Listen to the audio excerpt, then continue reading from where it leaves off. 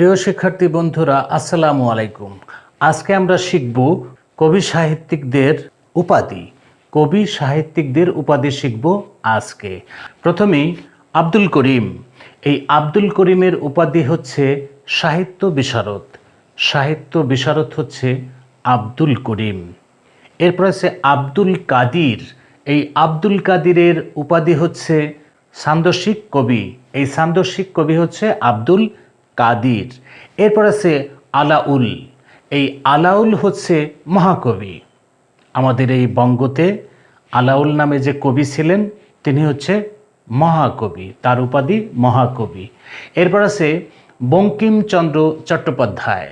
এই নামটি আপনারা যারা লেখাপড়া করেছেন সবাই জানেন।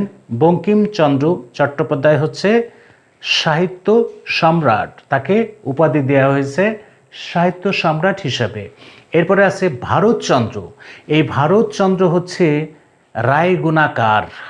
রায়গুণাকার যে উপাধি সেটি পেয়েছেন ভারতচন্দ্র। এরপর আছে বিশুদে। বিশুদে নামে যে কবি তাকে বলা হয় মার্ক্সবাদী কবি। মার্ক্সবাদী কবি বলা হয় কাকে? বিশুদেকে। এরপর আছে মুকুন্দ দাস। এই মুকুন্দ দাস কবিকে কি উপাধি দেয়া হয়েছে? মুকুন্দ দাস কবিকে উপাধি দেয়া হয়েছে চরণ কবি। চরণ কবি। এরপর আছে যতীন্দ্রনাথ সেন গুপ্ত। যতীন্দ্রনাথ সেন গুপ্তকে দেয়া হয়েছে দুঃখবাদী কবি।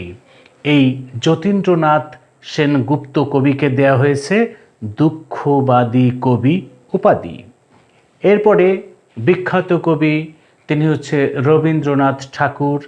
একে কি উপাধি দেয়া হয়েছে আপনারা সবাই জানেন। যারা জানেন না তাদের জন্য বলছি, রবীন্দ্রনাথ ঠাকুর কবিকে দেয়া হয়েছে বিশ্বকবি নামে উপাধি। এরপরে আরেকজন বিখ্যাত কবি, আপনার আমার সবার কবি, সুফি কবি, তিনি হচ্ছেন কাজী নজরুল ইসলাম।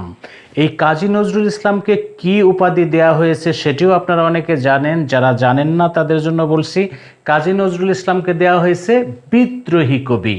কাজী নজরুল ইসলাম পেয়েছেন বিদ্রোহী কবির খেতাব। বন্ধুরা, এই ছিল আজকের ক্লাস। এই ধরনের ইম্পর্টেন্ট আরও ক্লাস দেখতে আমাদের চ্যানেলটি সাবস্ক্রাইব করেন, আর যারা পেজে দেখছেন তারা ফলো করেন। দেখা হবে পরবর্তী কোনো ক্লাসে। সে নাগাদ ভালো থাকুন।